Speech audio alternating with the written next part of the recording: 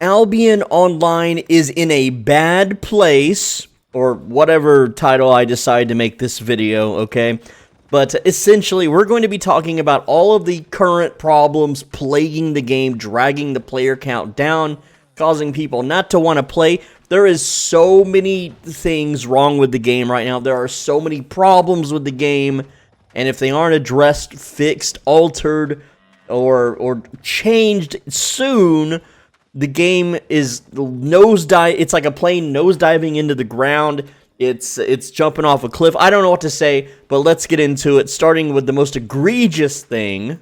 The biggest thing hurting the game is the economy issues, and everyone knows that when you open this list up and see that premium costs 37 freaking million silver, it's even worse on Asia, it's even worse on Europe, I think. Maybe Europe's a little cheaper right now. But essentially, every single new player ever, this is their first chase. This is their main goal. Their first ever goal when they play the game, almost always, is to get premium. That way they can unlock more fame, their own personal island, which personal island should not be locked behind premium. It really shouldn't. It's real bad. It's the worst in this game's history that it's ever been for a new player to manually play the game and earn premium. And the first thing that people will always say is that, well, then they can just go work a job. They can just go work a job and buy it for like 1 hour of work.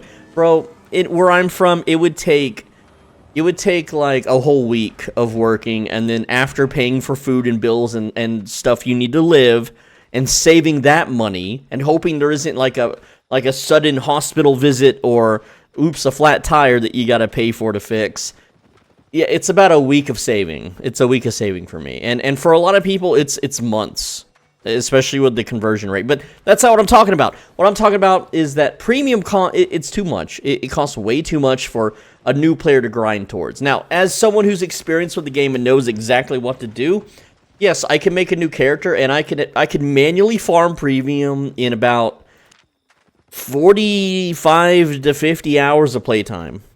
Maybe less. I could probably do it in 40, most likely, because once I get some money going, I can start flipping, and by flipping, I can generate more money, and so on and so forth, and as long as I'm never losing any money on a bad flip, an accidental flip, or going into a red or black zone, money will only go up. So I could do it in 40 hours, but you know what? Back in the day, back in the day when I played in like 2019, all right, I'm not going too far back because those are the golden days, but just the good days, right? Premium was like 6 million silver. You could go gather and make $1 million an hour. You would have premium in 6 hours. You could literally sit down and play a Sweat Lord session, 8 hours, 12 hours. You got the day off. You don't have any life obligations. And you sit here and you play. You just gather and chop trees. You can chop trees for 8 hours. Boom. You literally can afford premium and then enjoy the rest of the game and go off and do other things. But because this is so expensive, people that just want to play this as a Farmville game, they just want to grow crops or, breed animals or whatever, they can't do it. And there's no reason to do it because none of those activities are ever going to make your money back. So it's an activity you would do at a loss if you aren't doing many other things in the game to make up for it. So, again, new players will see, well, this is too hard to get, and they'll just quit. They'll just go play something else. They'll just go play Old School Runescape. That's what's been happening. Everyone's just going to go play Old School Runescape, where you can literally just, you can just refine something for like 6 hours, and then boom, you have the bond. You have the membership, as they call it over there. So that's economy issue number one. And to me, this needs to be fixed. Otherwise, people just won't stick to the game, all right? But the next biggest thing is what I'm going to call API abusers. These are people that have third-party programs, and there are employees of Sandbox Interactive. Bogle is one of them. And again, it's not against the rules, but it really should be. It should not be something that people have access to. And that is, it's called the Albion Online Data Project, I think. I forget the exact name, but they can open the market. And yes, I'm searching Hellgate Tier 8, yes. So here's an example. Let's say I go to Tier 6, and I go to Weapon, and I go to Battle Axe, okay? Tier 6 Battle Axes. So what they do And there are employees that do this. There are players that do this. They run a program, and it's totally allowed and not against the rules, that will look at their screen or the data of the game somehow. I don't know how it works. And with this pull dump, it will automatically record all of these prices for these battle axes. I don't even think you have to scroll down. You just have to have the page. So what they do is they search this and they go dut dut dut dut dut dut dut, right? And so I just searched all the tier 6 battle axes, 7 pages worth. This will then automatically upload to a server that other people can access, or other programs can access, spreadsheets can access it, and so on and so forth. And so they go to every town and they do this, and they go to different categories and do this, and different weapons and armors and stuff and do this. And it's not one person doing it. It's about 3 to 4,000 people a day doing this. They scan the markets, okay? And then this data gets uploaded to a server that anyone can download, access, or use on their website, programs, and so on. And with this information, they can script things. They can script all sorts of programs that will literally do the manual work for them as fast, like at a human speed. And what I mean, one of the things that they do is they use all this data, and they have programs that will spit out results of if they should, what they should buy and sell for the Albion black market, or flipping or transporting, and so on and so forth. Crafting, you name it. Right, so let's go to like tier 6, and then we go to weapons, and then axe, and then battle axe. And here, let's go enchantment 0. Okay, cool. So you can see right now, obviously it was like 40k. Like doing this manually, oh, it's below market value. That's not worth it. This one's a masterpiece, not worth it. Okay. What about, 0.1? Okay, well this one's not worth it. This one also not really worth it. See, so doing this manually, this is how long it takes as me, an experienced player. Okay, yeah, definitely not worth it. Let's see. Nope. And you get the idea, right? So just going to different battle axe. Yeah, okay, it's totally... I was trying to find a deal here so I could show you one. No, they're all bad deals. All bad deals. Hey, that guy just died. He had some loot on him, too. I wonder what it is. All right, I'm going to camp this for a bit. But anyway... Oh, man. What I'm getting at is that this is one of many problems. Now, these programs, years ago, like you go back 5 years ago, people were still doing this, right? Oh, it wasn't a problem. It's always been a problem. Because the general public doesn't have access to most of these tools, okay? If you go to these websites, these tool helper Albion fan sites, they all make you sign in with an account. They all make you either donate. This is against the rules, too. They make you pay real money in order to access their premium version of their website, where they can you can push a button and it pulls up all the prices. Normal players are at a disadvantage because they don't have that accessibility. And yeah, smart people that know how to do spreadsheet coding and program coding, they're at a huge advantage because they can use that Albion API data project, whatever the hell, all the data that people are sending to a server, in order to do things that would take us manually hours to do. Yes, I can sit here for hours and compare prices between black market and different towns. I can absolutely do that, and I can make profit. I can make about $1 million an hour doing it, okay? But they can make like 500 million a day. I've seen people make 800 million a day. I've seen over $1 billion on a good day with transporting, and I'm gonna grab this loot here. And I know other people are clicking this, but I'm going for it. Look at them. Look at them all hovering around this. Let's go, and get hype. Ooh, I got all of that. I got every single piece.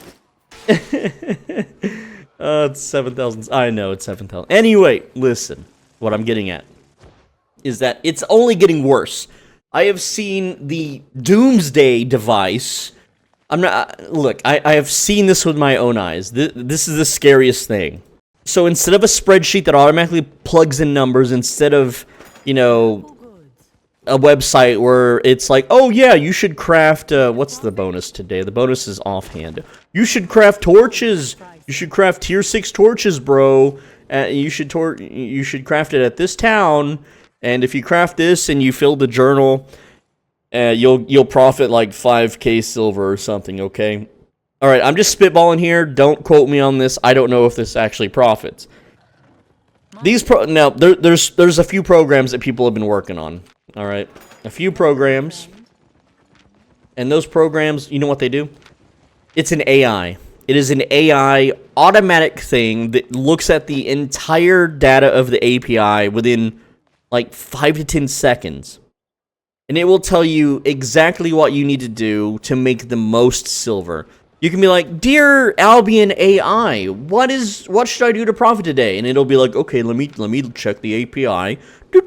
Here you go. You should go craft tier 8.1 knight armors in Fort Sterling, and then you should transport it to Thetford. And there is someone with a sell order that's willing to buy it for 300,000 more than it's worth, and they put 2,000 buy orders in. So do that 2,000 times, and you will make 618 million silver. Would you like to know more? You know, it's things like this, right?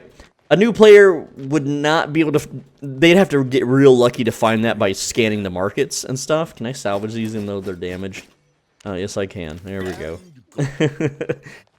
So, this AI, though, it literally takes the entire API, and it will just spit out things. Be like, "Hey, dear AI, I need to refine tier 5 ore smelting. What is the cheapest city that I should buy this in and transport it in the least amount of time spent, blah, blah, blah." And it'd be like, "Oh, well, if you buy the ore in Bridgewatch right now, and then you take an Avalonian road, according to Portaler, you can take an Avalonian road from Smooth Floor Cleft, and this will pop you out right at Willowside Marsh, right next to Thetford, and then you can refine the ore, and then the best profit would be to then transport it to Martlock. And in order to get there as fast as possible, there's a portal in Dusklight Fen that'll drop you off at Blackthorn Quarry, and the entire process will take you about 7 minutes, and you will be expected to make about 600 million silver if you use a grizzly bear." And you're like, "Oh, wow."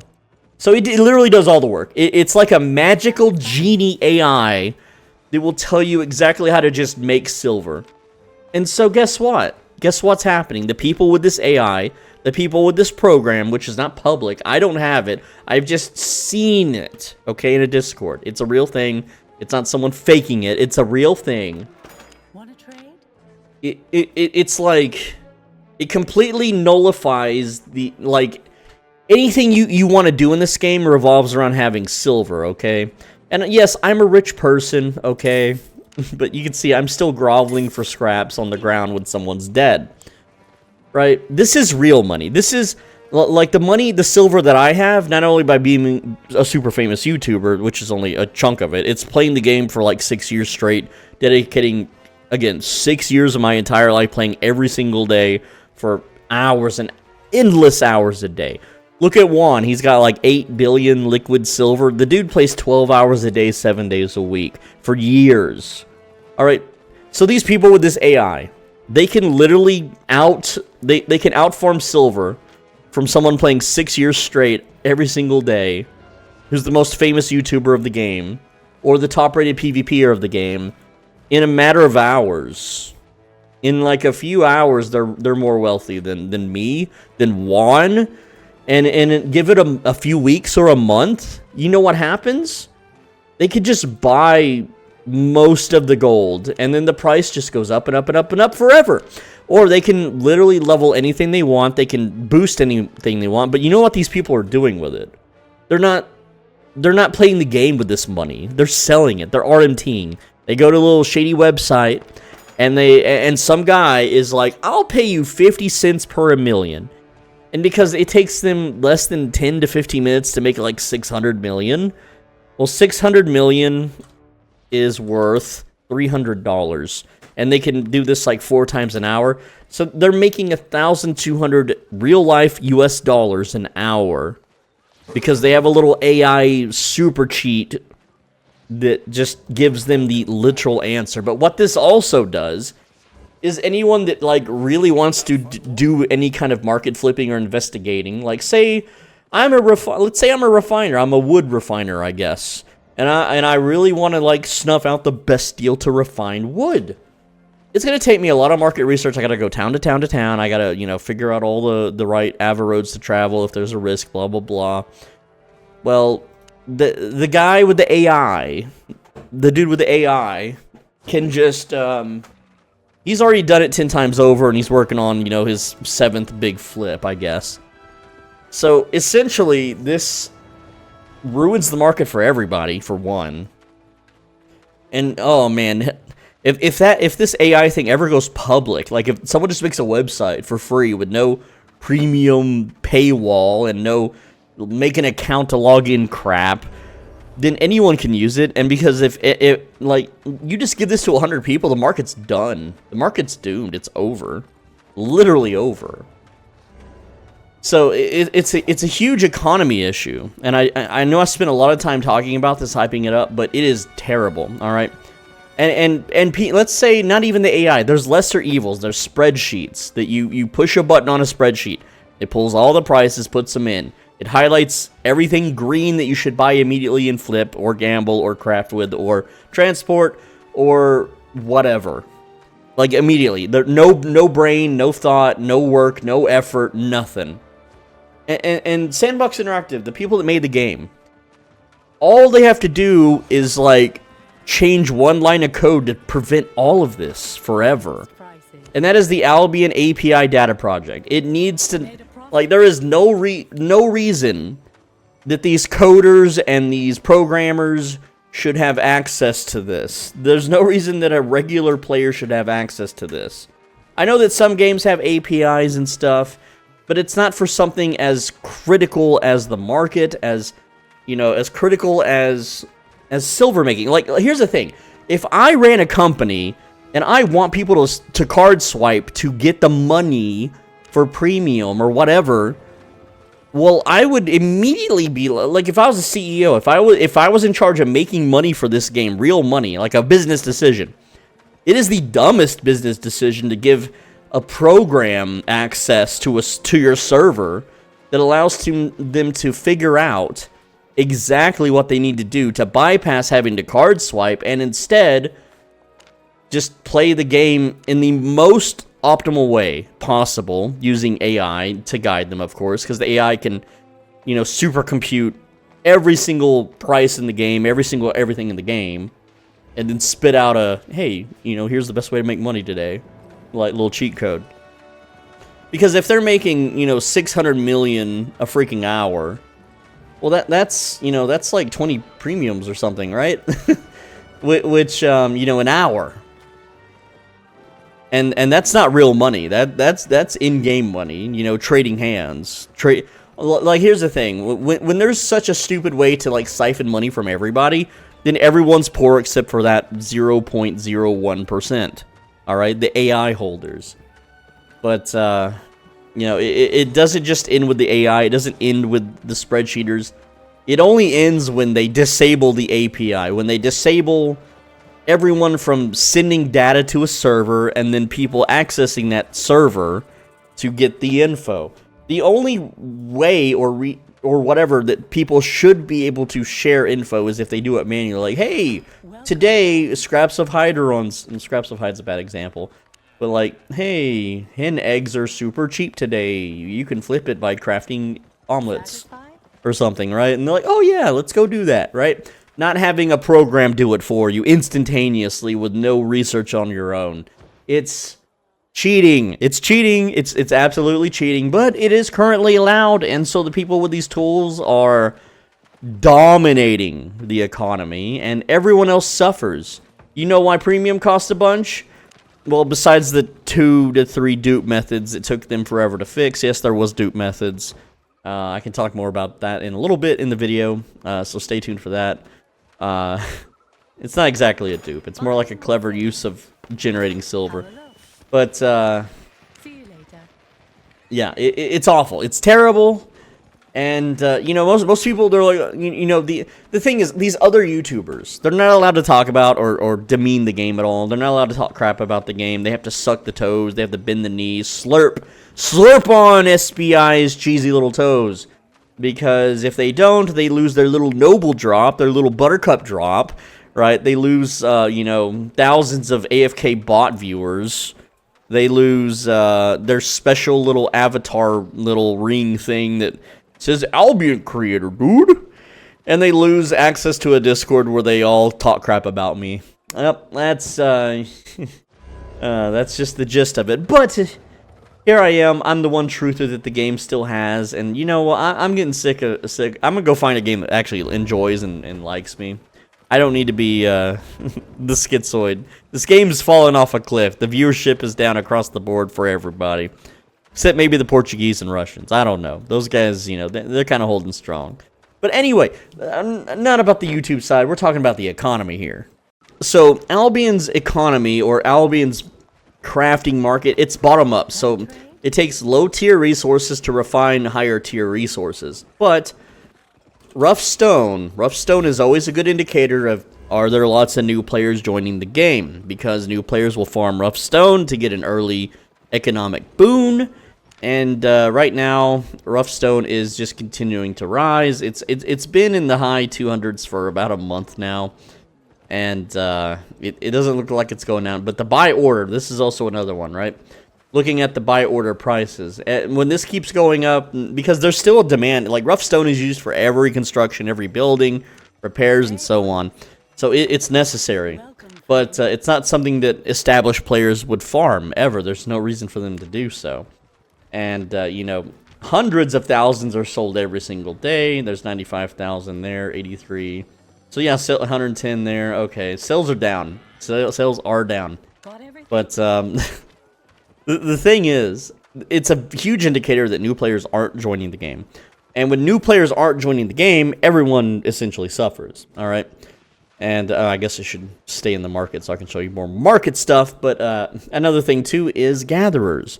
People aren't gathering anymore, and let's look at like sandstone prices. Oh boy! All right, now you see it goes up and down, up and down, up and down. Let's see, not travertine because that's dead, but I'll just type stone tier 2, limestone. All right, and the price. Up and down, up and down, up and down. So essentially what happens is there's a lack of gatherers, all right? So normally a resource kind of flatlines. It just kind of stays the same. But when it goes up, that means it's taking them 1, 2, 3, 4, 5. It's about every single week or so, every 1 to 2 weeks. That's how long it takes the gatherers to restock the market for the flippers to buy it all out, or the whales, or whatever it is. All right, and that is not what resources have ever looked like in the history of the game. It's always been kind of like a straight line or a small curve, not an up and down, up and down, up and down. All right, so what this means is the super wealthy just buy it anyway because who cares? And like, look at this dude. This guy's name is such a bot name, bro. We're gonna talk about botting in a little bit. He's also in a guild, weird. But anyway. That it might not be a bot, it could be a pretend scout, but enough about that. Anyway, the point is that the lower tier market is in shambles. There's no one gathering anymore because people aren't playing the game. The only people currently playing the game are card swipers and veterans. That's it. New players aren't sticking around. This game just had a Crucible event. The Crucible event was a bunch of Path of Exile and World of Warcraft streamers. All came, they got paid a huge bag. I don't know how much the bag was. I think it's 10 to 30,000. I know some YouTubers in the 50K sub range were getting paid $1,100 per video. So there was a lot of shilling in the previous month. A lot. And I warned you guys in my previous videos in around May or early June about this that was going to happen. So yeah, you know, July came and went. We're in, you know, August, late August, end of August, September even. By the time you watch this, it'll be September. And what did that Crucible event achieve? Absolutely nothing. No one from any of the big streamers stuck around to play the game. Nobody joined from those other YouTubers. It was an absolute crapshoot and a huge waste of money. That's what it was. The game just sunk lower than it was before the event. They could have used that money for advertising, commercials. They could have actually pulled back some of the content creators that quit the game, like Mogdun, Big Lips McGee. You know, they could have did anything. They could have did anything else with that money. It would have been better than what they chose to do it with. But you know, the way these companies work is they have a budget, and if they don't spend the money, then they don't get the money again next year. It's a business thing. It's really stupid. Every company does it. So they decided to just give it to streamers that don't even appreciate or like their game. It's really sad to see. And then there's also whisperings of, allegedly, I don't know for sure, that the contest was rigged and there was unfair things, and like another person actually technically won due to the challenge points, but they decided not to honor that part of the contest, and because it's in Germany, there's nothing they can do or whatever. I don't know. I don't know much about that, okay? I'll let you know when I find out more, but who cares about some streamer contest? I don't really care. It was supposed to bring new players to the game. Now, another game, Old School Runescape, also did something similar where they paid World of Warcraft streamers to play their game, and their player count population rose in the hundreds of thousands, and it's holding. So they did something right, while Albion Online did something horribly wrong. And it sucks to see it, because this is the game that we play. We don't play it. Like, do we play Old School RuneScape? I mean, I've been messing around with it, but I don't know, guys. Anyway, the point is that the economy's in shambles because there's just not new players coming to the game. Whenever you go to any MMORPG forum, community, website, Discord, in real life arcade, and you try to, like, I challenge you, go to your local comic book shop, go to your local nerd hangout, if there even exists one in your area, and talk to people about this game. I've done it. I sit down and I talked with people, and we start talking about MMORPGs, and everyone's like, well, so what MMORPG do you play, right? And, you know, you get the usual World of Warcraft, EverQuest, you know, stuff like that. And I'm like, Albion Online, and like, like, everyone's face either turns into, I don't know what that is, or disgust. And the first gripe is that the game's pay to win. That's the first gripe everyone has. The second one is the full loot PvP. They don't want to do it. And they don't like the progression. It's too long. The grind's too long. They don't like... one guy mentioned that the Western server, the Americas server, is no longer for English speakers, and I'm like, yeah, okay. You didn't want to play on Europe. I get that. That's fine. It's it's just not good. It's bad. But let's get back onto the economy here. Gatekeeping of things like mammoths, dude. So not everyone's aware of this, and I've spoken about this in previous videos, but I'm going to speak about it again because it's relevant. There are entire discords, there are entire groups of people who control mammoth spawns. Regular mammoths, not so much, but old white or great old white or whatever it's called, the big aspect mammoth that has a higher chance to drop the baby. Those things are absolutely controlled. And it's scary to when you randomly see it happen. Because old white can spawn in a red zone. He can spawn in the black zone, of course. And, like, I'll be in a red zone. Yes, I go to red zone from time to time. And there will be a group of, like, 20 people just hanging out in a corner of the map. They're just hanging out in a random corner of, what's the tier 7 zone? Is that Shift Shadow? Yeah. Like the other day, there was like a whole bunch of 20 people just kind of chilling right here on the map. Just right here. And I started to hang out too. I'm like, dude, what's all these people doing? And a few of them were like, they're gonna flag up and fight, and then they cancel it. You know, it's kind of just to get me to go away. And I was killing some mobs nearby, and suddenly, where all those 20 people were standing, oh, great old white spawned. He just popped into existence, and those 20 people, you know, they started killing it or whatever. And it's like, well, how did they know? How did they know exactly when it was about to pop up? And there's entire discords that have this down to a science. They've data mined the game. They know exactly how long it takes for a mammoth to spawn. And I used to be in a top 10. I used to be in a top 10 guild. People don't remember this, but years ago, I was in a top 10 guild. And why can't I see the I can't see the rank. Oh, there we go. Yeah, I was in a top 10 guild, right? And they did it. They had connections with these discords, and they're like, oh man, on Tuesday we get the mammoth over at blah blah blah, and it'd be somewhere in the black zone, right? And they're like, yeah, we get it. It's where I don't remember where, but they're like, yeah, we get the mammoth. It spawns over here. It'll spawn at 8 p.m. Eastern or whatever. So everyone get ready. It's CTA time, and we would meet up a whole hour before this thing spawns, and we would ride out to it. And then they're like, okay, it's gonna spawn in like 1 minute. Get ready, everybody. And then it would spawn, and then we would kill it. And oh no, no baby this time. Oh well. And then other times they'd be like, it might spawn. There's a 40% chance it spawns exactly at this time. We'd ride out to it, no spawn. They're like, okay, we'll come back in 2 days. That's when it will guaranteed spawn. And then it'll be like 2 days later. Well, we got outbid. I'm like, what? You have to pay? You have to pay money to have the privilege to fight and loot it? Why don't we just go out there and kill everyone and take it? And it's like, no, that's not how this works, right? And it's like, well, how much did you pay? And they're like, well, we paid about $80. And I'm like, dollars? What? You mean 80 million silver? And they're like, no, dollars.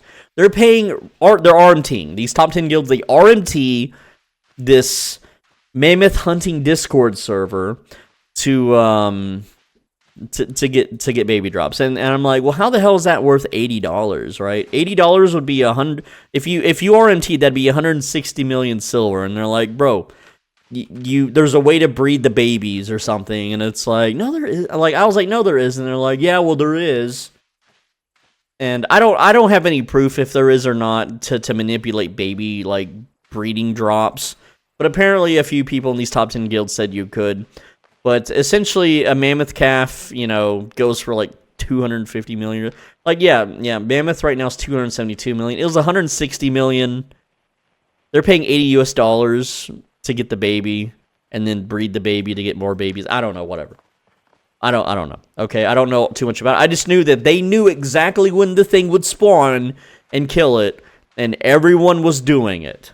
So if you're a regular player that's not in a guild, there is zero chance that you ever get to experience killing a great old white and looting the baby. There's always a chance that you ninja loot it or run in and yoink it or kill someone that had one on them or whatever. Yeah, sure.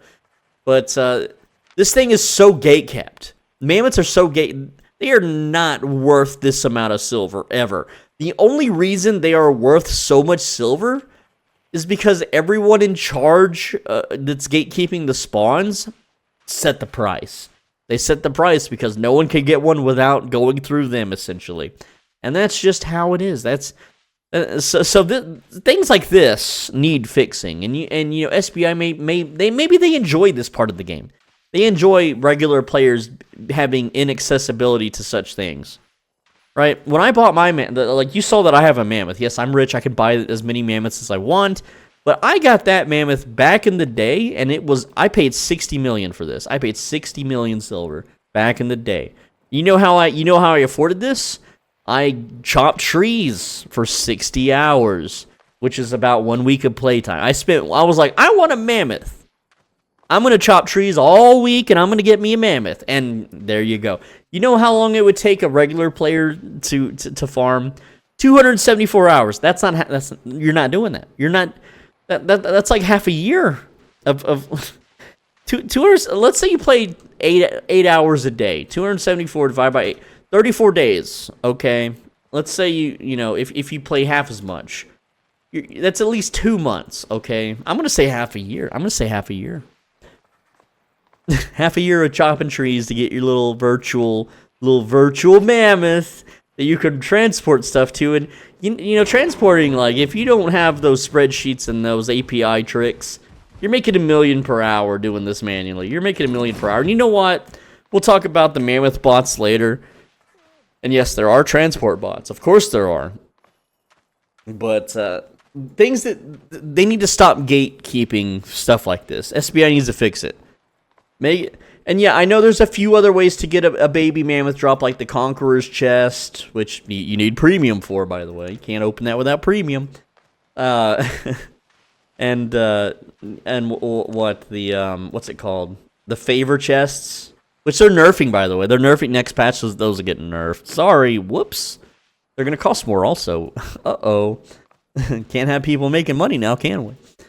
It's terrible. The economy is the number one reason that will keep a player in. If a player is perpetually poor and can never afford anything and everything takes way too long to make, they won't work anymore.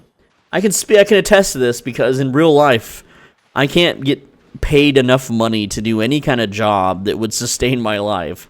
So I'm just better off being a broke nobody in real life than wage slaving 80 hours a week just to barely survive until I wear out my body and soul and have nothing anyway. What's the point? And the people that play video games will come to this decision very quickly. When they open this page up, yeah, I'm not farming for that, uninstall. You know, they want a mammoth, yeah, I'm not paying for that, uninstall. When they want to get a good gear set, and we'll talk about gear as well, like, oh yeah, I want to strive to get this cool ass weapon that's really powerful and super strong. Oh wait, I can't. They limit your power now in the save zones. What's the point? There's no point. We're gonna talk about that in a little bit. But let's talk about the cheating problem now, because this also directly ties into economy, cheaters, hackers, and bots. All right, so. Me and a lot of other players have done some very deep investigating, and this is a cumulative number that we have estimated on all 3 Albion servers. So it's not like, oh, there's this person on this server, there's this person on this server. We just kind of added all the numbers together, and the amount of players that are currently playing Albion Online that cheat, hack, or bot is roughly, allegedly, possibly around 40%. Listen, that's a big number, and it's actually. I'm gonna tell you right. I'm gonna sugarcoat this. Okay, I'm gonna pat you on the head and give you the good news. This number is lower than other MMORPGs. All right, you heard me. You heard that correctly. If you don't believe me, go fire up Lost Ark and go run around a starter zone.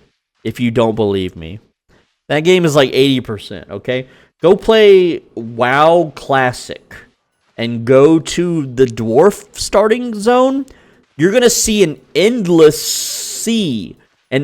swarm of like 40 to 50 bots every hour spawn in, jump into the sky, and float away. I'm not joking.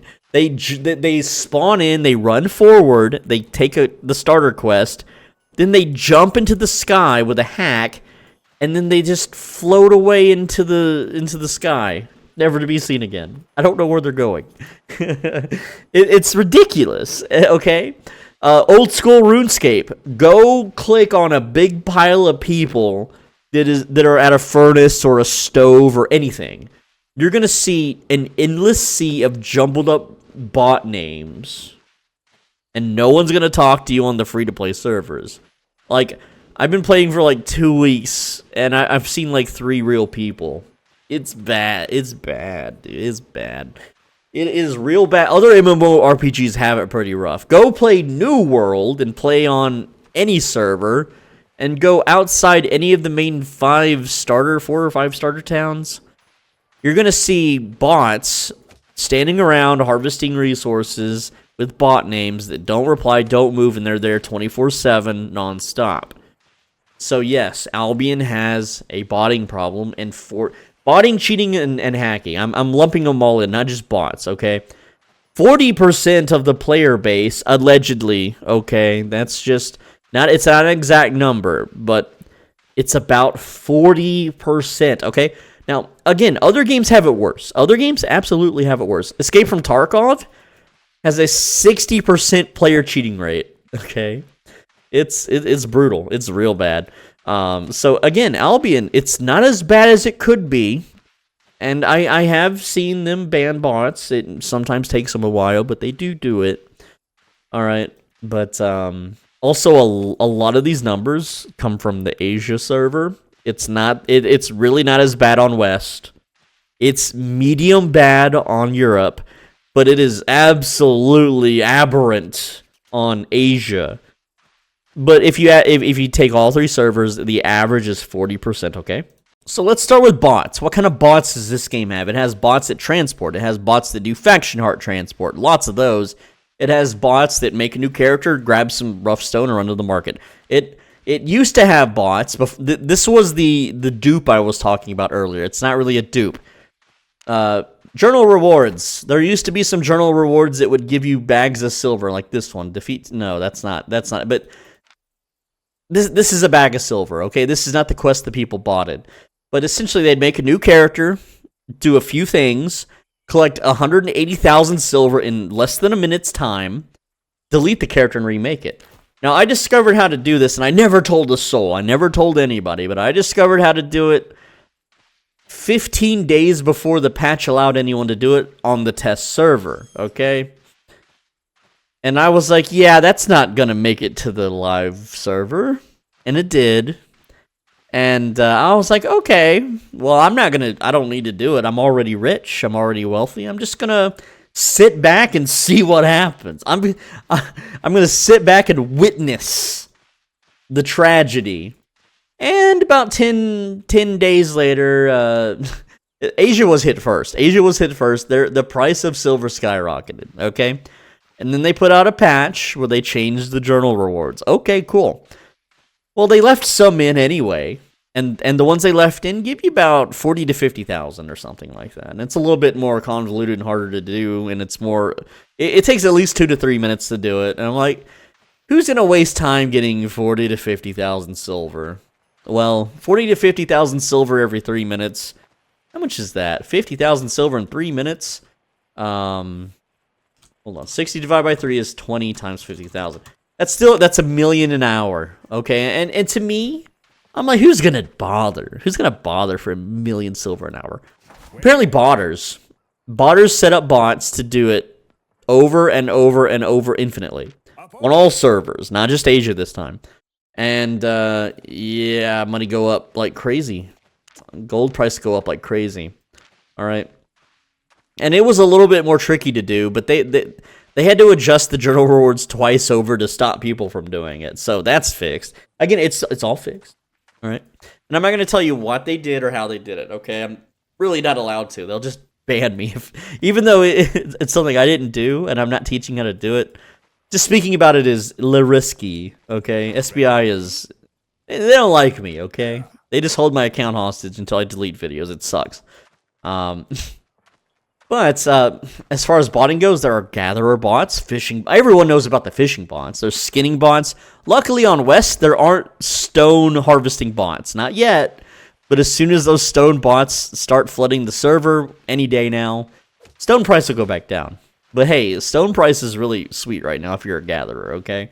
Pretty good money. It's like 2 million silver an hour, no premium in a blue zone. Oh, baby, that's nice. Okay, very nice. So, what about the cheats and the hacks? Okay, well, I already talked about the API cheating. There's something called... Portaler tries to be nice. Portaler is a program that people share on the Discord where you can use the program and be like, okay, so I went to the Avalonian Road in Slow Tree Plain, and that road led me to Philomere Steppe. And then you can draw it on Portaler, and you can share that link or something on the Discord. And then everyone in that Discord can see that you made that map. It's just a map-making program, essentially, right? However, where the cheating part comes in is as follows. Someone pays a Chinese player, yes, from China. They are literally, China, okay? This is not generalizing. This is an actual Chinese gamer. And that's his job. And every morning, as soon as the servers come up, he goes and he maps the Avalonian roads.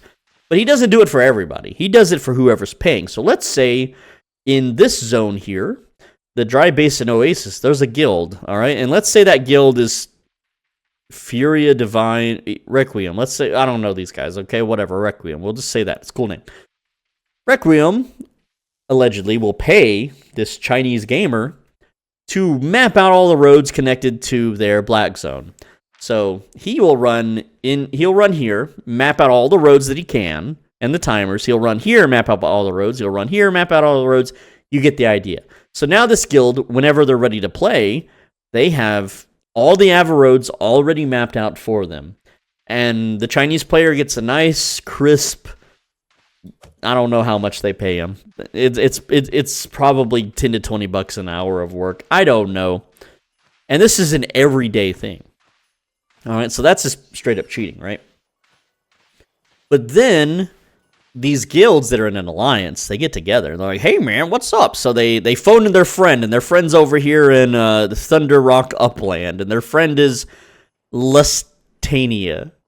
And Lustania is like, hey, man, I paid my Chinese guy, to map out the roads, and you want to share your road? We're allies, bro. We're in an alliance. You better share your map too, Buster. And so these guys are like, yeah, we'll share our map if you let us have the cores in this zone. And they're like, yeah, sure, dude. And now these guilds have a huge advantage because they use Portaler and they're sharing their map. Oh boy. And then this guild shares their map, and this guild shares their map, and this guild, they don't really like them, but they pay them. They pay, who are they paying? Immorteus? They pay him, a crisp $20 bill, real life dollars for his map. And now, suddenly, guilds are able to move throughout the black zones insanely efficient without having to do any of the actual work. I mean, yeah, the guy that got paid did the work, and he shared the info. But that's cheating, just paying real money to get an advantage in the game is straight up cheating. It's pay to win, right? Pay to win. It's not technically pay to win because the devs don't intend that to happen, but it's something that happens. Another way that players cheat is they use GeForce Now, which is like a virtual machine program. It's meant for people with very bad computers to be able to play modern video games. And what they do is GeForce Now is its own hardware and IP address. And so what they do is they use GeForce Now, which I don't know how much that costs or if it's free. And they set an account on another monitor and like Roast Corp Step. And they just plant it right here at the entrance. And so they do this multiple times. All right. And then anytime anyone drives by, they mouse over to their other monitor and they click on them and they're like, oh, that guy's juiced. Let's gank him. And then they phone all their friends and then they go transport gank the poor guy just trying to make it to Caerleon and make a quick, swapperoonie. But also the cheating part, the hacks part, it ties into this. Because they're a GeForce Now account, if they get banned, well, they're not going to ban the company GeForce or NVIDIA. They're just going to ban that account.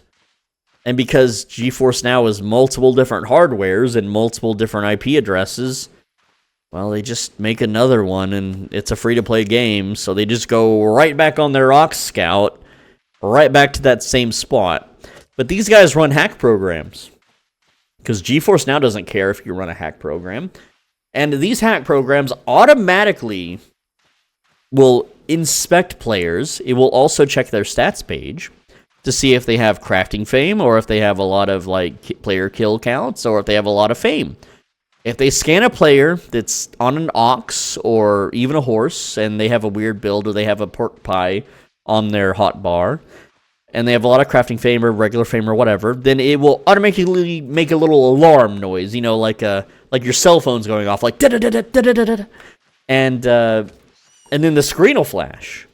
And the person scouting will be like, oh, yeah, listen, bro. And they're all in Discord, right? And they're like, yo, Roast Corp Step, we got a juicer. Let's go, boys. Let's get them. And then they go kill you. And then suddenly, like they're all running GeForce bots and hacks, right? And there's 6 to 10 gankers. And they all have 10 to 20 of these bots at a time. And then, the bot's going off in Malag Crevasse. And so they will R back home and then run through the underway and get there immediately and kill the person and take all their stuff. And they're making hundreds of millions of silver an hour doing this. And if you don't believe me, weasel your way into a red zone ganker group. Just get in there, show your stuff, join their Discord. Eventually, they're going to share a screen. They're going to talk about it. They're going to leak that they do it. And they don't give a they don't care if they get banned because they're making so much silver and they're having fun doing it that it's worth it to them. So when they get banned, they just make a new account. They get some basic ganker gear. You don't even have to be that juiced as a ganker. You just have to outnumber your victim. And then they continue doing it. And I have witnessed this for years. I don't do it myself. Of course not. I don't cheat. That would be stupid. I'm not going to throw away my YouTube channel. But these red zone gankers, they do it every day. And it's very bad on Asia. Asia has it so bad. It's like crazy. And so you have all these people like, oh, I'm going to wait until bandit event to do my transporting. And yeah, you can sometimes get away with that. All right, or you can just have a crappy stats page that won't flag their hacked programs. That's the real secret, and channel members have known about that for years. But anyway, if you want to know more, become a channel member, right? So yeah, that's another way that players cheat. Of course, everyone knows the hack Radar. Radar is an ESP which has a little box on their screen or off screen or on a web browser or hidden away if they're a streamer that shows everything beyond, well, not everything, but it shows a little bit beyond the nameplate range. Because I can maybe try to demonstrate this. You see this rough stone? When I mouse over this rough stone, it says rough stone. Okay?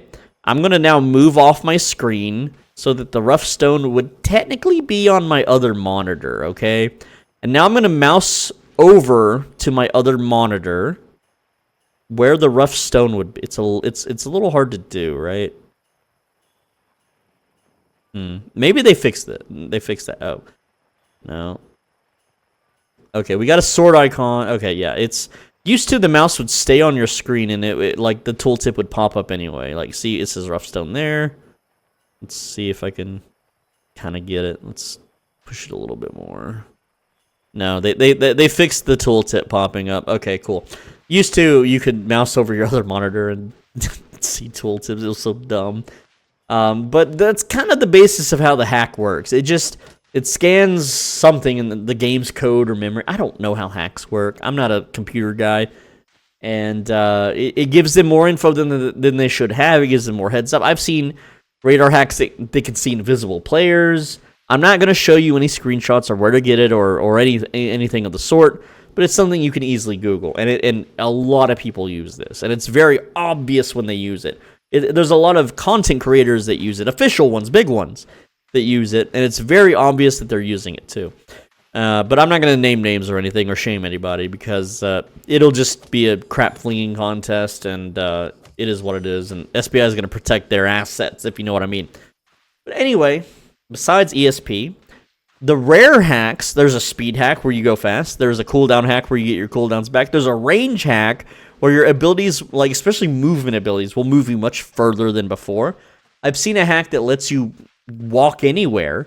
So if I want to walk off this cliff, you don't fall in Albion, but there are people that can walk on water. They can walk anywhere. They can walk off the map if they want, okay? And people use this a lot. Like Lost Ark, you see it a lot in Lost Ark, but it's definitely a thing in Albion. It's not as often that you see it because it's very obvious that they're cheating, and a screenshot will just nab them. But one of the big cheats, one of the big hacks is it's called a dungeon scanner. And what it does is when you enter a dungeon, it'll tell you if the treasure chest is epic or legendary or whatever. And so there are groups of people, like groups of 5 to 6. They go around the black zone in the high tier zones with a full 8.3 set of gear. And they will enter a dungeon, and their hack will tell them, yes, there is a legendary chest in this group dungeon. And before the dungeon closes, they get all the friends in there, and then they go clear the legendary chest. And these guys split between 5 to 6 people. They're making 200 million. All right, so divided by 6. That's 33 million silver an hour, okay? Which is, it's not a lot if you're very well developed like me. I can make way more silver per hour than that. But for someone cheating, for a player that doesn't have infinite flips and, you know, crafting alts and all that kind of stuff, they clean house. 33 million silver an hour to play with your friends and fame up and do group dungeons is insane. And, yeah, they just go from group dungeon to group dungeon. They'll pop maps over and over and over until they get that legendary, okay? And some of them, they will use a skip set and go down multiple floors. just to make use of the map, especially like an 8.4 group dungeon map. That's why you rarely see them on sale in the markets. They're always being bought up by the dungeon scanners. It's pretty brutal out there. But people used to do it for solo dungeons, and SBI nerfed solo dungeons to the point where if you find a legendary chest in a solo dungeon, you make like 15,000 silver off of it. Okay, without premium, it's not worth doing. It sucks. It's terrible. Okay. But besides those cheats, there are scripts, PvP scripts, that will automatically move you out of harm's way, automatically shoot where you need to, like skill shot wise.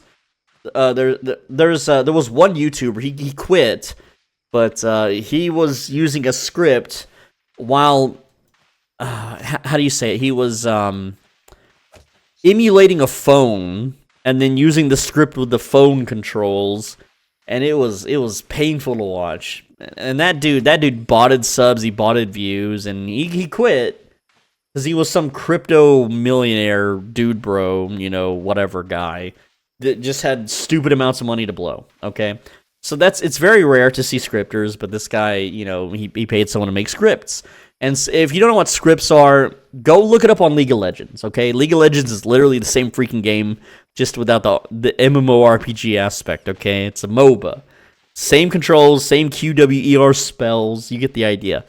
Go look up League of Legends scripting, and you're going to see some nasty stuff, all right? Nasty stuff. And Albion has it too. Albion absolutely has it too, okay? But these cheaters, these hackers, these botters, they combine to make the experience absolutely miserable for the regular player, and to the point where you'll never make more than they do. You'll never be so good at the game that you can overcome them. It sucks. It is absolutely miserable. And if you're a safe zone player and you've never went to a full loot zone, I challenge you. Take a crap set like this set here. This set without the cape is worth 95,000. Radar hackers, the cheaters with cooldown stuff, the movement hacks, they're not going to kill you. They're not going to waste their account killing you. Go out with a 500k set and just watch the absolute difference it makes when people suddenly engage you off screen, or they're already bootsing at you. Like, you can stand still in the mists with a 500k set, not moving, not making a damn sound, with no nameplates popping up on your screen. And suddenly when a nameplate does pop up on your screen, it's already full speed, full boots, running at your ass. And there is no way for them to know that you were there. You can be on a corner of the map and you have no objectives, and they will be full-blown sprinting at you before their nameplate has ever shown up on your screen for the first time ever. You can record your screen and look for the pixel of a nameplate to show up for them to know that you're there. No, they just double invis and boots at you from off screen, and then whoops, you got radar hacked, buster. And these radar hackers, they run all over the full loot zones, just vacuuming up all of the enchanted resources. Even in safe zones, they do it. It's real bad. It's so bad. You have to play around it, and it sucks, and it feels bad. And we're never gonna get a day where these hacks don't exist.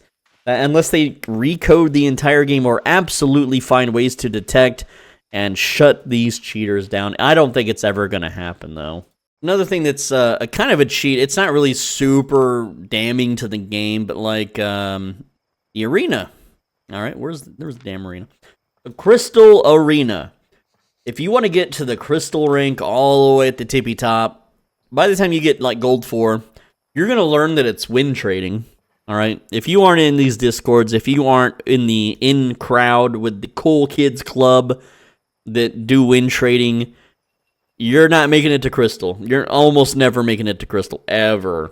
All right, doesn't matter how good you are. If you have friends that you play with, if you have a group of friends that you can queue up with and they're all really good, yeah, you can make it to Crystal. But as a solo player, you are not making it to Crystal. Okay, I'm sorry. Because these guys, what they do is, to win trade, they all queue up at the same time, and then when it's, Joe Schmo's turn to win and get Crystal rank, everyone else throws, okay? And you're going to have throwers on your team. It's very obvious when they're like Gold 4, and they're just not healing you. and there's no reason for them not be healing you, and it's incredibly obvious when they're throwing or they're win trading, and you'll see that when you queue up, it gets canceled like 12 times in a row before you finally get in the game. Yeah, it sucks. It's not fun, but hey, the rewards suck in Arena anyway, so who really cares, I guess. Another cheat is it's like a crash. They either lag your game out until they kill you, or they crash you. And I've actually caught this on video a few times in some of my older videos. Some of my full loot PvP missed videos, really. And essentially, you start winning, you start killing someone where they are going to die. There's no way they can run from you. And suddenly your game is lagging. And it's not the server, it's not your internet, it's not anything except the game itself. And then whoops, you're kicked offline. And then whoops, when you log in, you're dead. Or the person you're trying to murder gets away.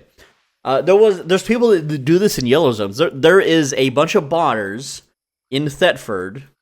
Yes, Thetford.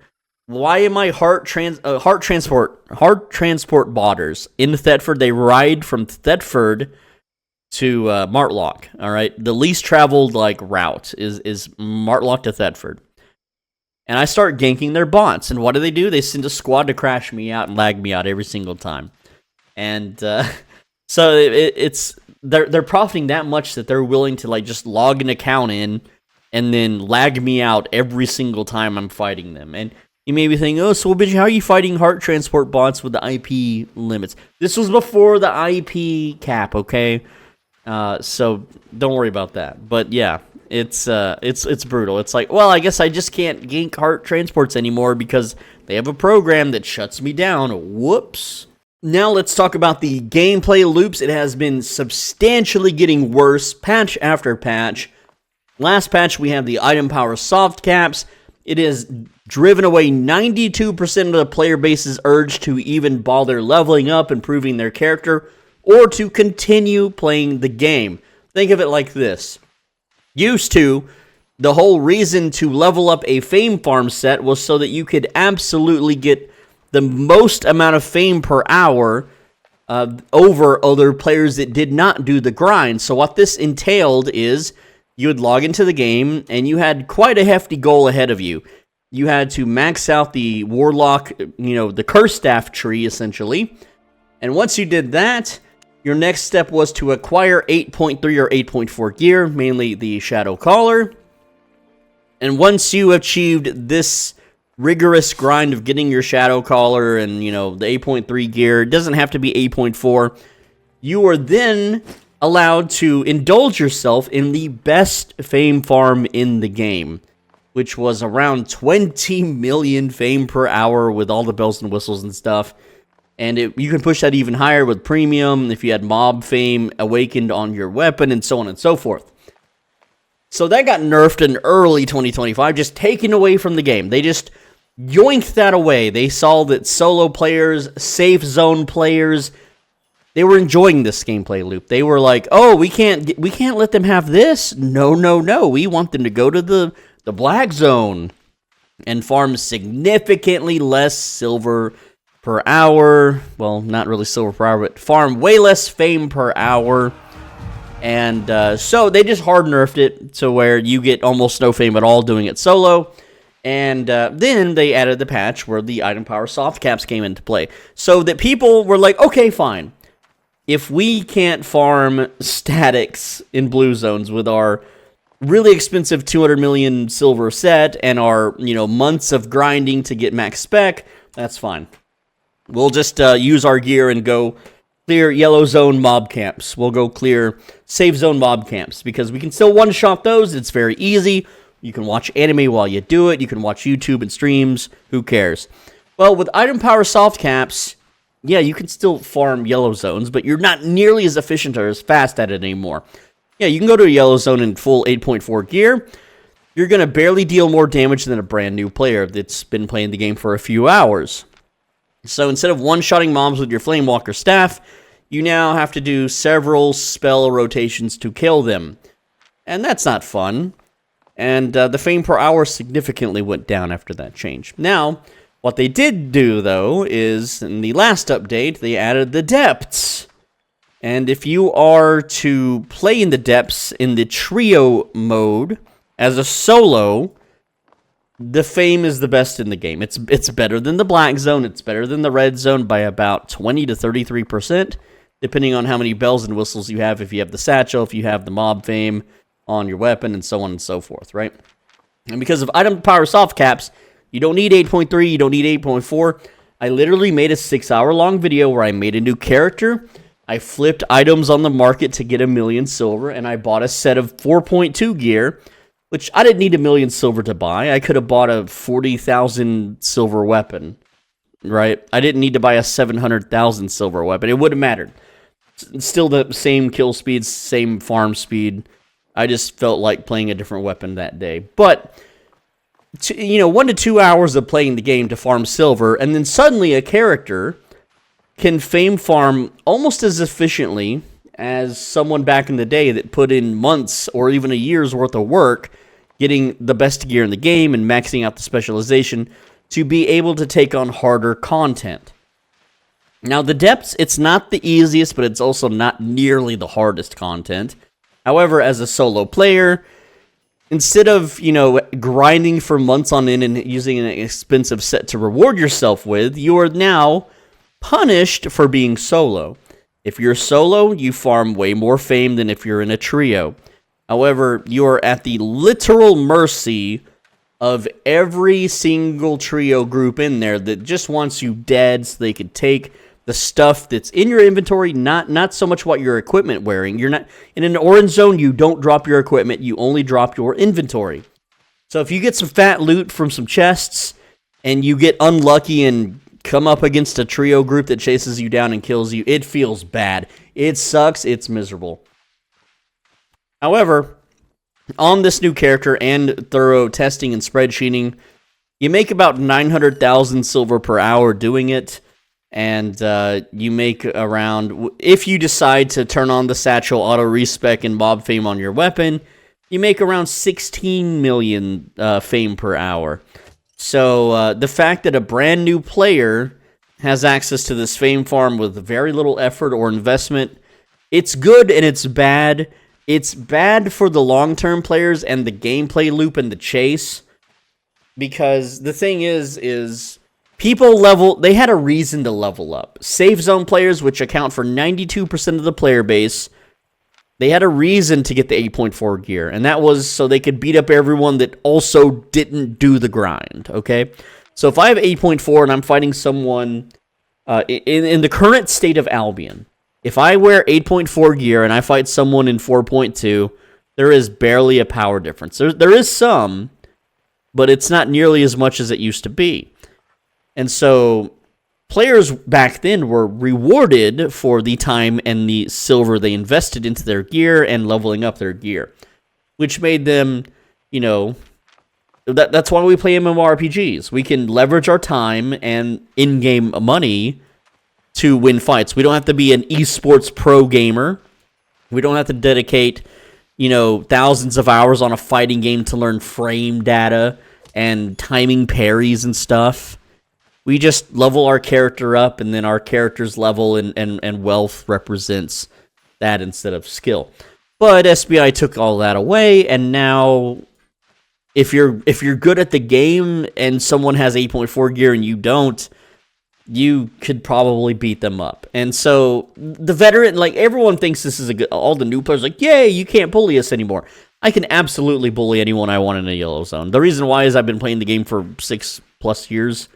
I can put on a set, and I can dunk on everyone in the yellow zone. The only difference is that it takes longer to dunk on them, and 2, I can't dunk on 10 people all at the same time. Maybe 2 to 3 people before I have to run away and reset and mount up and circle around their perimeter for a while until I jump them again. It's not as intense as it used to be. All right, but the thing I'm getting at is that if people don't PvP in the full loot zones and they have no urge or intention to ever touch those zones, which, again, 92% of the player base does not interface with the full loot zones, that gives them no reason at all to max out their Why is the arc in this tool? Never mind, that was weird. It was like highlighted on the node, or on the line here. So it gives them no reason to max out their specialization, no reason to buy anything more expensive than a 4.2, other than to have the tiny little baby advantage with item power, just a tiny little bit. I don't have to make any difference in kill speed or clear times. It's all of that is gone. A new player is going to realize this if they understand the game mechanics and watch videos and do their own research, and they won't play for years and amass a massive chest worth 1.4 billion. They're either going to go into the full loot zones and do that, or they're just going to play something else. And like I said, 92% of people don't PvP in full loot zones, so they're either stuck forever in the orange zone. And if you go on, I have streams going right now because I'm trying to get the damn Buttercup drop. If we go to Albion Online on Twitch right now, how many people are doing, let's see, how many people are doing depths? Oh, it's all of them.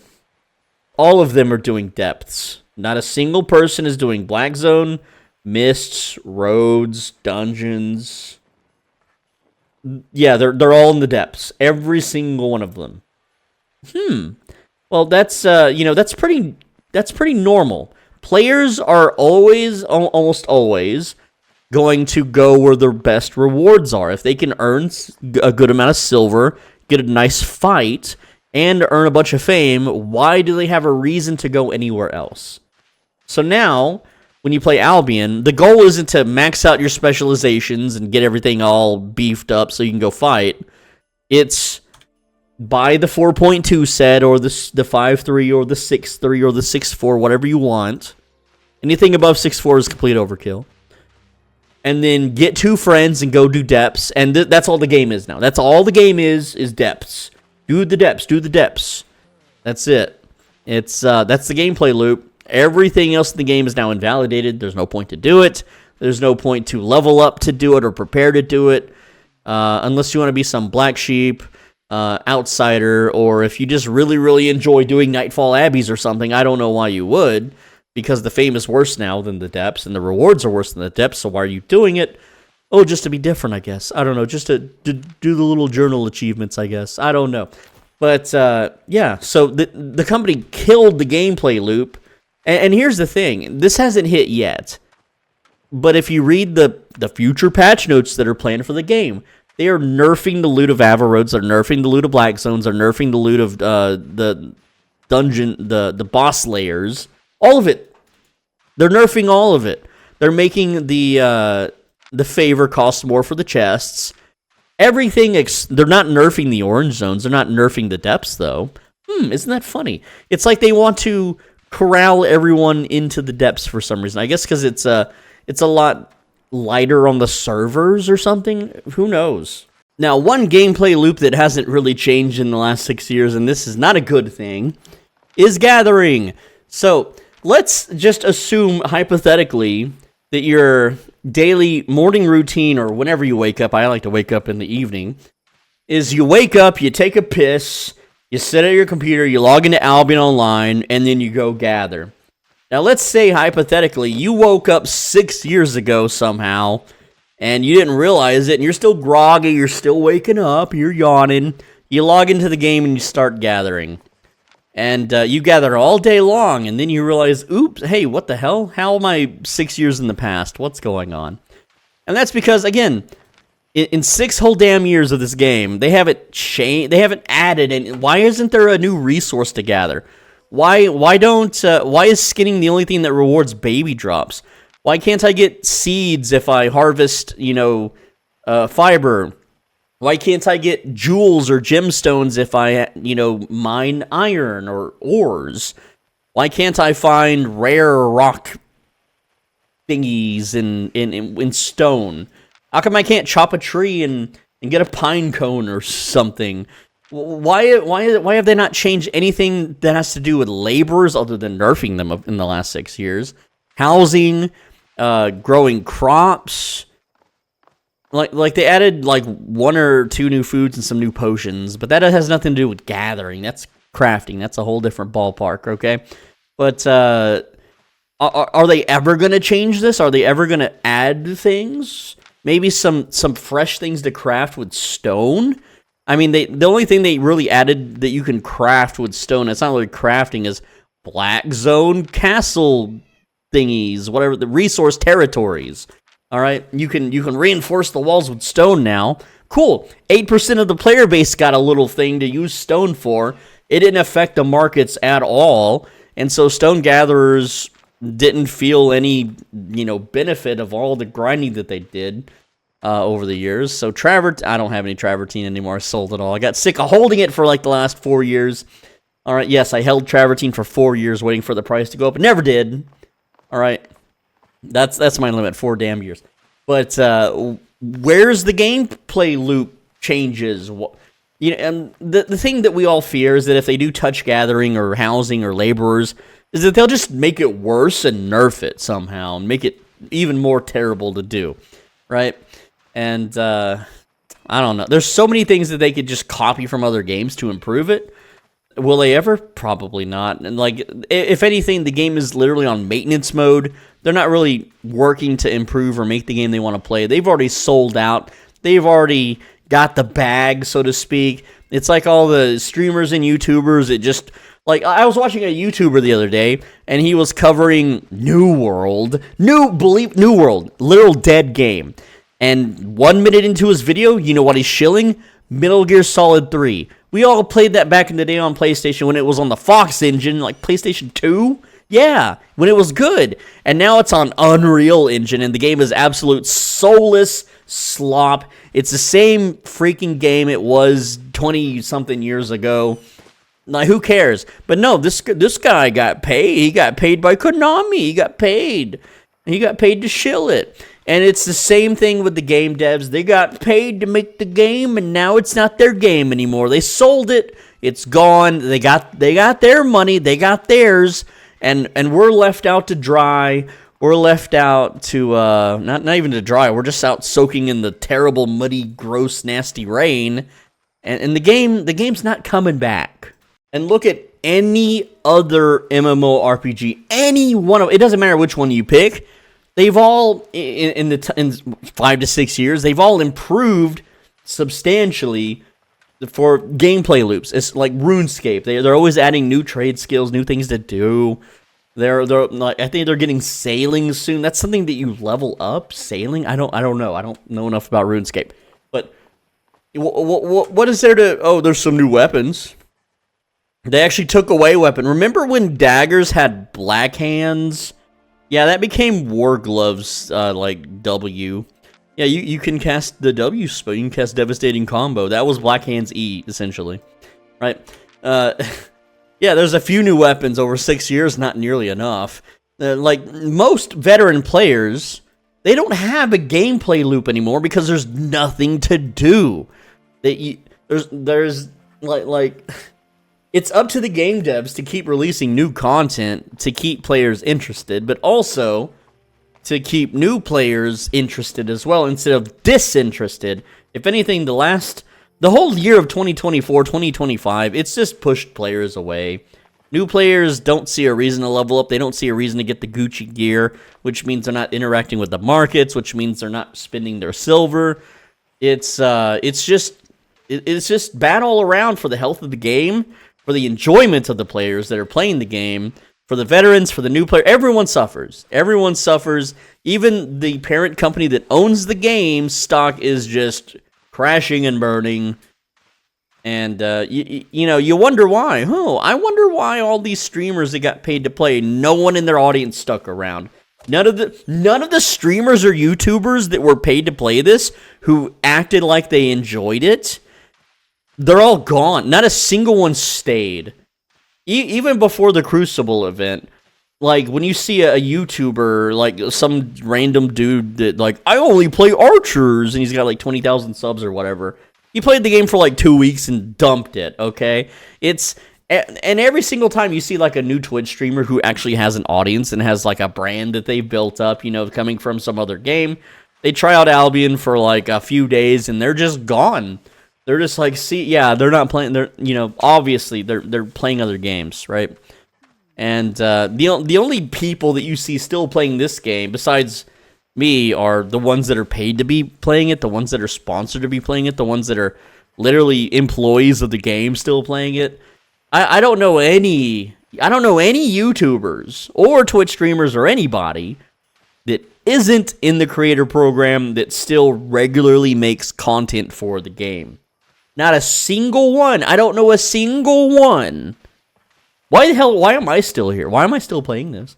Like, I'll be real. I don't even play Albion. I log in, I collect the Twitch drops and the referral rewards, and I stash my silver, and I have nothing to do in the game. Go gather? Okay, I'll do that for background footage if I'm talking about... I made a few videos lately. I made one about Cracker Barrel. I made one about the Miser manager firing the Fruit Cup thief. Stuff like that. Yeah, I'll use Albion as a background footage while I talk about real-life slop, okay? And other than that, what is there to do in the game for a solo player, for me? You know, there's nothing. There's nothing to do. There's nothing to chase. There's nothing to progress. The gameplay loop is corrupted. The gameplay loop is non-existent. And that has to be fixed. Something has to be done about that. And for too long, the company has relied on player-made... I know it's a sandbox, but the game relied too much on players making their own little adventures, okay? Way back in the day, faction, fighting was everyone joins a big Discord, and then they all join one dungeon. Hundreds of players go into a group dungeon, and they all fight it out. And you don't get that anymore. Any smart company, any actual company ever would see, oh, players are doing this on their own? Why don't we incorporate some game mechanics to make this something that they can organically do without organizing it themselves? So yeah, there's the new update that's coming sometime later this year whenever the devs get whipped back from their masters, okay, is the faction update. It's for faction fighting. So instead of just capturing outposts, they're going to add something. Who knows what they're going to add? Well, what they could add from the past is suddenly a faction group dungeon shows up and everyone in Bridgewatch piles in. And then on the other side of the map, here's the thing, right? If Bridgewatch wants to puff out their chest and start a fight with Martlock, here's how it happens. Martlock has to... Here, let me show you the faction region... Faction warfare. So what Martlock has to do is capture each little outpost all the way over towards Bridgewatch until they are literally at Bridgewatch's front door banging on it. And then Bridgewatch gets a big old blob and they come out and fight for a while, eventually driving Martlock away. And then Martlock they leave. They just leave and go do something else. The entire time now Bridgewatch is doing a little PvE mode where they go from zone to zone and recapture all of the outposts that Martlock captured until they're knocking on Martlock's front door at Blackthorn Quarry. And they're right here and they're like bang, bang, bang. They're beating up people. They're knocking them down. And then eventually Martlock's blob gets real big and they come out and scare Bridgewatch away. And then nothing happens until Martlock goes all the way back down here to Bridgewatch. And so you get one good big blob fight every 3 to 4 hours or something, okay? So what they can do is, hey, a big old group dungeon spawned right here in Lazy Grass. And that's the Bridgewatch one. So Bridgewatch is alerted, hey, it's like the bandit event, it's going on right now. And then Martlock over in Blackthorn, they get a little group dungeon that spawns, and then everyone piles into there. And these two group dungeons exist in a rip in time or something. And suddenly, both dungeons converge in the middle with prizes and loot and monsters and lots of fame. And both sides fight it out for the treasure. And there you go. Now you have a big old dungeon fight, just like in the good old days. Are they going to do it? Probably not. No, they're going to do something dumb. They're going to do something like, well, for the update, we nerfed faction point gains across the board, but we made it so every zone now has an extra outpost. Yay! And we also adjusted the time for factions to regenerate. Oh, and now if you're faction flagged, you can talk to your faction captain and teleport to the front lines. So instead of having to ride all the way out here to Spindlewood to fight, you can now get teleported there. So that's going to completely kill all balance of the game or something, because now a Discord full of people doing a pre-made will all teleport at once and then just smash the other side until they stop playing or something. I don't know. I'm just spitballing here, just random ideas. We'll see what comes true and what doesn't. But what I'm getting at is that the gameplay loop it's not getting better. For years, this game has just progressively gotten worse and worse and worse. The old gameplay loop in 2019 was you go into a solo dungeon and you kill everything in it and get the loot and you make 2 million silver an hour. And now if you try to do that same gameplay loop, you make 40 to 80,000 silver like an hour if you're not lucky. And oh man, it feels bad. It feels so bad, right? But yeah, that's that's my rant on the gameplay loop side. But lastly, why the game is a dumpster fire is the community. Now, I'm not ranting, oh, the community's bad, the community's toxic. No, I'm talking about the soul of the community, okay? So, right now, if you have Twitter, if you have Reddit, whatever you use, go browse any other MMORPGs, memes, posts, stories, it doesn't matter, okay? Any of them compared to Albion. If anyone tries to make a funny, creative meme or something artistic, not autistic, but artistic about Albion, it flatlines, all right? Here's an example from myself. You know, there's a meme of this, it's like an oil rig machine. It's like a big shaft thing it's like metal and it slams down. And the meme is you have anime girls or something, and then the shaft is slamming down fast, like bang, bang, bang, bang. If the anime girl is hot and if she's ugly, it's like frozen or it goes real slow. Well, I made an Albion version of that, and my calculator's showing on the screen, yeah. Don't worry about that. But I made a version of that, right? And it flatline. You know, no one cares. Whenever you try to look up memes for Albion, it's met with like no one cares, no one shares it. None of it's creative. Now go look at RuneScape. I'm gonna go find some examples. Go look at some RuneScape memes. They're hilarious. They're funny. They're full of soul. You know, people are making funny expressions with assets in the game. Who makes funny, cool things about Albion? Nobody. No one does. All right. And let me share some examples. Like, you can go on Twitter and search the media side of it for Albion Online, and you're not going to see like hardly any memes at all, barely anything. I've tried to make a few. They don't pop off. They don't go anywhere at all. But then in turn, search RuneScape, and suddenly you have a guy that he's using the RuneScape music and RuneScape graphics, and he's talking about, like, players have gotten massive upgrades in the new Earth update. Everyone knows that the Council Estate players love to spawn loads of new characters. They can coin farm them for extra gold. And it's talking about, like, some British government problem or something. I don't know. But it's a funny meme that's got millions of views. Albion doesn't have that. But also, there's really no, like, English representation on this game at all anymore. If you play on West, on the Americas server, it's almost entirely Portuguese and Spanish.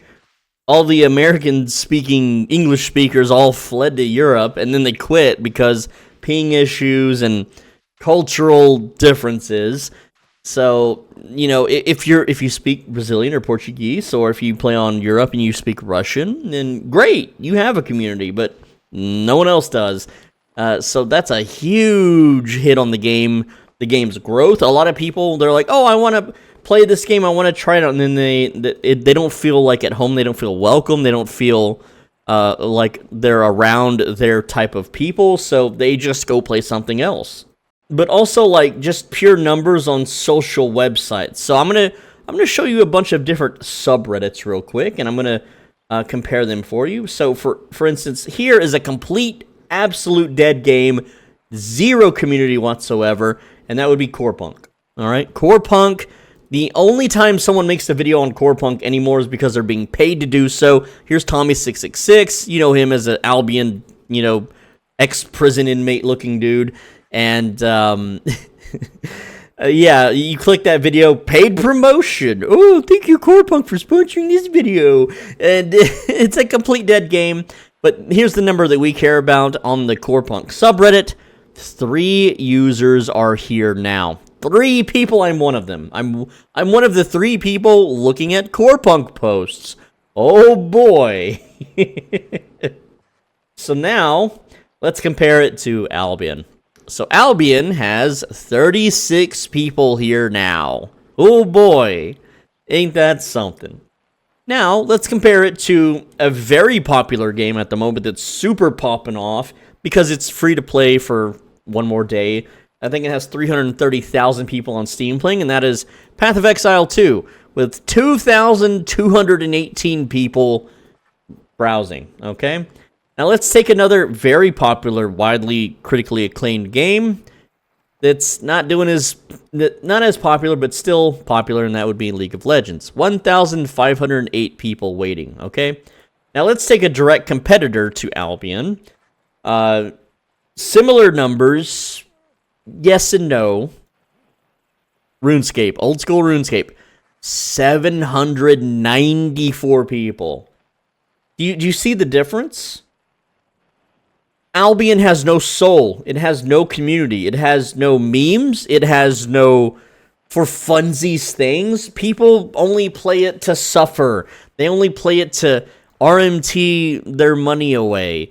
It's the exact same streamers day in and day out doing the exact same content. The subreddit is the exact same noob questions. When you search anywhere on any forum website, Discord, Twitter, etc., there are no soulful memes or funny memes or anything that breaks outside of the shell of Albion. There are people that use RuneScape music and graphics and overlays on, like, videos about animals. Like, Tierzoo. You've probably heard of him. He's a very big YouTuber. He makes, like, tier lists for animals.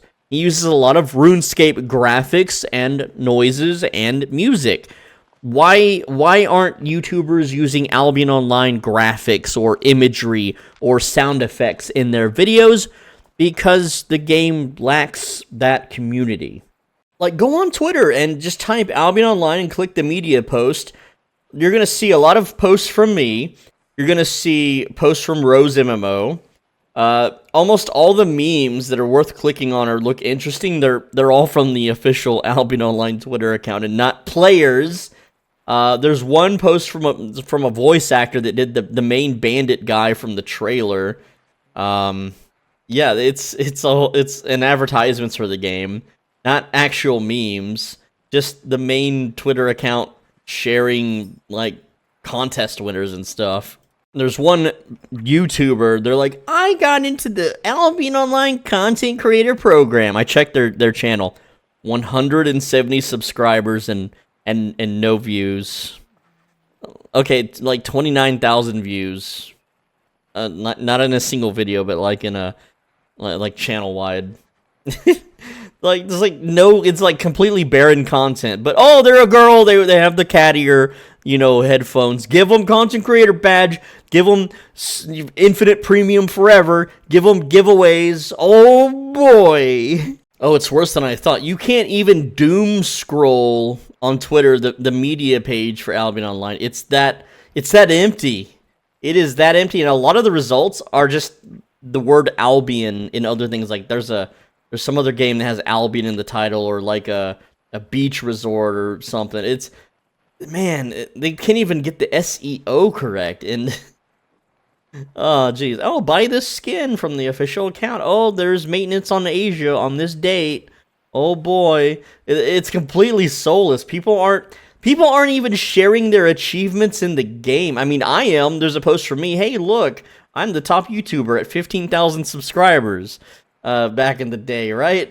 Cade Games had only 5,000, and Lazy Peon only had 500,000. All right, But like you type any other video, any other video game, there are thousands of people. Hey, today I leveled up my wood chopping in this game. I finally hit this level. Oh boy, I finally beat this boss. You don't get that in none. There is not a single post for Albion like that at all. There isn't even a 4chan video game general thread for Albion. Sometimes there's a video game multiplayer thread, which is not nearly as prestigious. And whenever there is, it's just like everyone complaining about my videos. It's not even about the game. It's just bitching about me because I used to post on 4chan years ago. I don't anymore because the website is just terrible. If I go to Twitch at the moment and turn off the language filter, it's almost no English at all. It's we got Spanish, Chinese, Japanese, Russian, French, Portuguese, a bunch of those. Let's see. I have to scroll through all the Portuguese. More Spanish, more Russian, Chinese, Korean, something called, no, that's, I don't know what, I can't even read that. Turkish, we have Polish, all right, yeah. German, of course. It is a German game, that's normal. Let's see. Oh, finally English. Man, I had to scroll pretty far down. That's not Belgium. No, Belgium is. I don't. I can't read some of these languages, but what else do we have? Someone put tibia as a channel tag. It's not tibia, bro. Not even close. Now I go to Old School Runescape, and here we go. English, English, English, English, English, English, English, English. Let's scroll past all the English. Oh, Finland. There we go. Had to scroll a while for that one. Suomi? I don't know what that means. More English. More English. Well, we have some special tags like autism. Oh, Quebec. There we go. That's French, pretty sure. I mean, it's from Canada, right? Whatever. Let's see, more English. All English, look at that. All English. Australian, that's still English. Japanese, there we go. Had to scroll way down for a Japanese one. Netherlands, German. All right, see? It's like opposite day over in RuneScape land. And like, I can look up old posts on Chan sites, forums, etc. So like, one person says, Albion Online is a huge eye-opener. All the people who wanted to click rocks and make swords left because it was too hard to get anything done, and you needed to suck guild toes. I'm going to say toes instead of what they said. You can imagine, though, something that you would suck. Just to have the ability to get high-grade materials without being ganked in the map. The maps are watched 24/7. Maybe it's changed since I last played. Another one says, if Jagex catered to PvPers, the game would be dead like Albion Online. Here's one. Albion Online removes most of the features that someone with no attention span might find boring. No quests, no story, no endgame that you need to reach first. No PvE content that requires you to study a wiki. It's very solo friendly. No levels, no obsolete content. So there's so much obsolete content. Solo dungeons is one of the most obsolete of contents. The only peak gameplay in Albion Online is becoming rich. That's what someone said. That's not what I'm saying. I'm just paraphrasing here, okay? Someone pulled up an image of Albion Online, and they're like, it looks like this? Ugh, gross. I'm never playing a game that looks like that. This post is funny, and I think it's more directed towards Goldstein, but it's like, been watching some Albion Online videos, and it's all the same funny sounds and meme clips in the background, like how RuneScape is filled with Nintendo music and green screen naked jakey clone slop. What about community via gameplay? Alright, so if you want to join a guild using the guild finder, it's all Spanish guilds. Whoops. If you want to talk in faction chat, it's all Spanish and Portuguese. And yeah, there's an English channel. Most of the time it gets hijacked by who knows what. It's it's pretty miserable. Now, also the IQ, or intelligence of the community.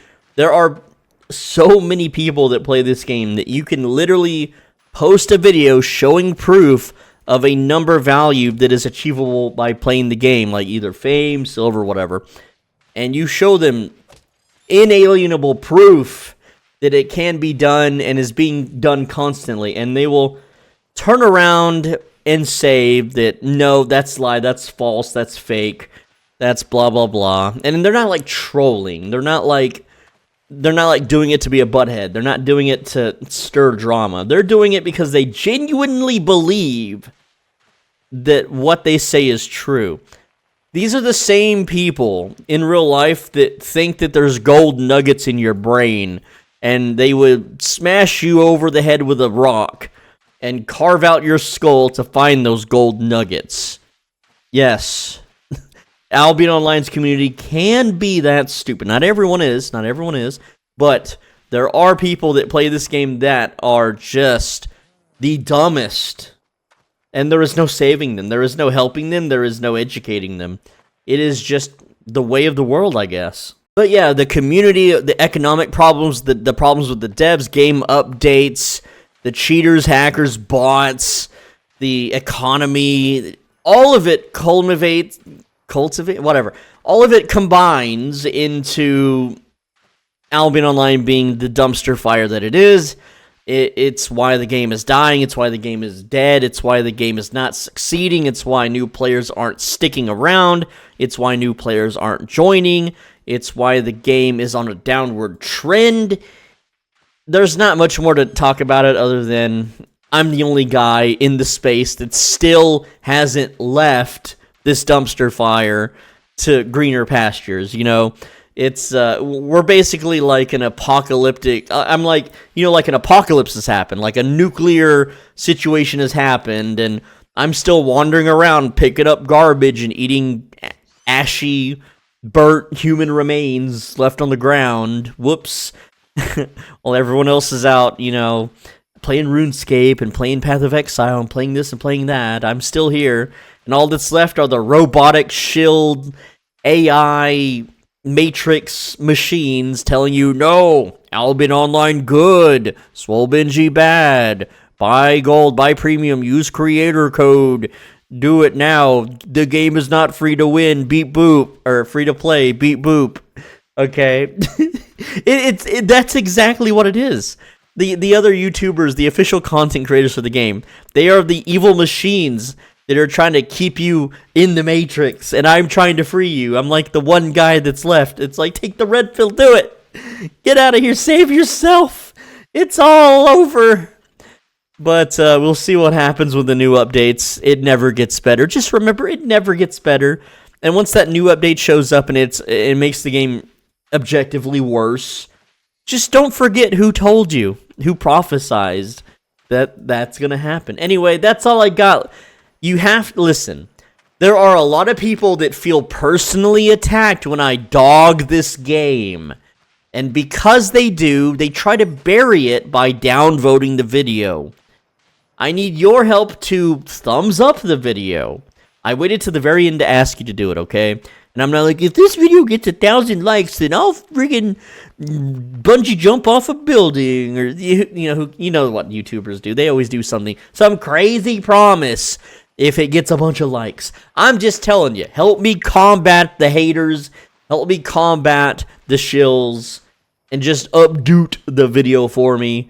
It's like 2 seconds, you could have done it by now, whatever.